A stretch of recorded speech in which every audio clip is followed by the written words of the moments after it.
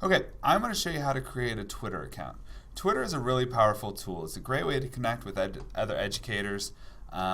It's a great way to connect with authors that maybe you have a book you're reading. You can send them a message, and a lot of times they'll send you messages back. You can connect with other teachers. You can connect with anything that you're interested in. There is someone that you might want to connect with. So, to start off with, you're going to go to www.twitter.com and create an account. So we're going to go to sign up, and normally I would use my school email address, but my school email address already has a Twitter account linked to it, so I'm going to use another email account that I have just for demonstration purposes. And the next thing it's going to ask you is to choose your username. The nice thing about this is you can change your username later. So let's say you're not a big fan of your username, so you want to change it to something else, or you had room 502 in your username and then you realize that you're not in room 502 anymore, so you need to change it. That's not a problem. So the first thing you need to do is try out a username and see if it works.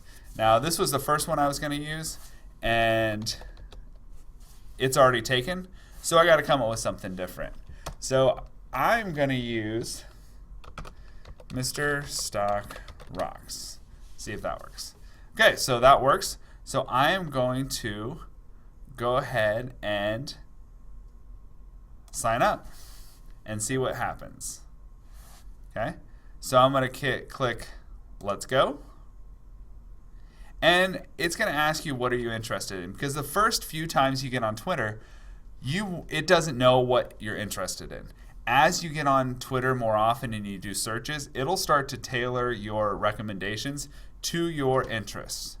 So for me to start off with, I'm interested in technology, I'm interested in sports and news. And then I'm going to click Continue. And it's going to make suggestions on who I might want to follow. And I like to go through TechCrunch is one I want to follow. If you see one you want to follow, you click on the name and then just click follow. Be careful, because some groups, if it's got a blue check mark, that means it's verified and proven to be the person it is. But if you see Justin Bieber 25 and there's no blue check mark, chances are it's not Justin Bieber. It's just some random person who's posting things pretending to be that person. But just choose a few to follow at first. And we'll let's just do BBC News. Follow. And then press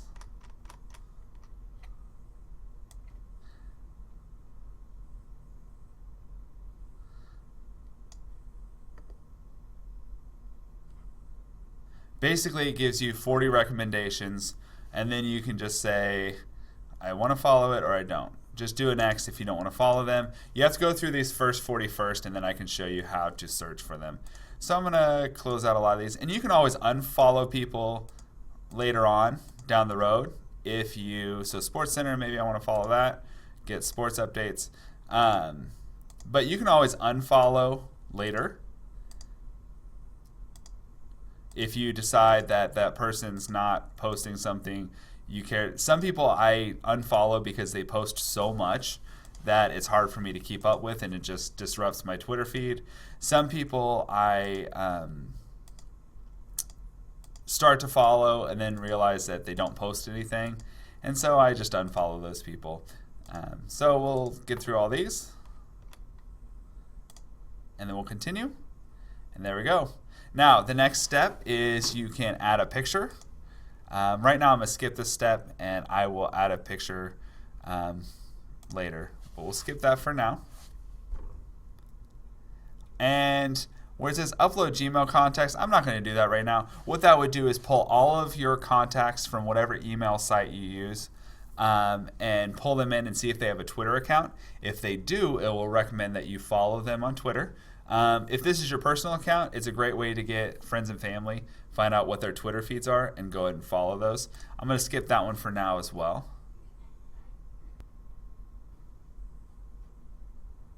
Okay, I'm going to click right here where it says skip this step, and that will skip that for now.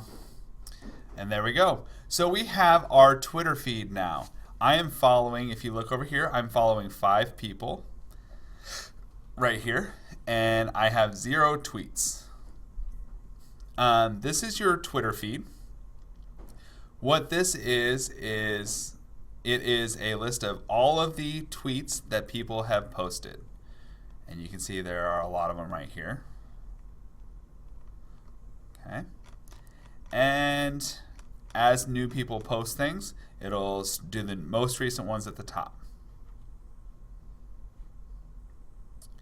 Now, let's say I know there is someone that I want to follow. So, for example, my personal Twitter feed is Teach Like a Ninja. I start to search that, and there we go. I can find that person, and I can go to follow and follow that person. One nice thing about that is when you find someone that you want to follow, you can see who they are following, and that will give you more suggestions on things that you may be interested that you want to follow. So I see, oh, they're following Goodreads. That looks interesting for me. So I'm going to follow that as well. Okay? To go back to your Twitter feed, you're going to click on Home, and you can see your own Twitter feed. It will give you recommendations over on the right side of the screen of people that it recommends you follow. Okay? So if you click View All, it will give you a whole long list of 40 or so more people for you to follow. So I'm going to click Follow on ones that I think are interesting. And that's the way you get started. Okay? That's how you create your account. I'll do more advanced features later on, but this will get you started. I usually recommend you follow at least 30 or 40 people to start off with. You can always unfollow them later, but I just follow a ton of people before I start to have an idea of which ones I like and which ones I don't. And you can figure out pretty quickly who's going to be worth following and who's not. So that's what you need to do to get started. Get a Twitter feed and get going. If you want to post your first tweet, you will go to this box up here. What's happening?